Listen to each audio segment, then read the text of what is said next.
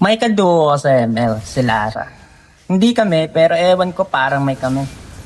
Tuwing naglalaro kami, lagi niyang sinasabi, "Ikaw tank ha, protektahan mo ako." Siyempre sagot ko, para sa'yo. Kahit marksman ako, magtatank ako. At kahit sa totoong buhay, paglalaban kita. One time, muntik na siyang ma-burst down. Sinalo ko lahat ng damage. Patay ako. Pero buhay siya. Tapos bigla niyang sinabi, "Ala, bakit mo ginawa yun?" Sagot ko, "Kasi hindi ko kayang mawala ka. Kahit sa laro lang." Pag nagka-kill siya, lagi niyang sinasabi, "Para sa'yo to." Pre, kahit kill lang yun sa ML, ramdam ko sa puso ko yun. Final push. Low HP siya. May 3 kalaban.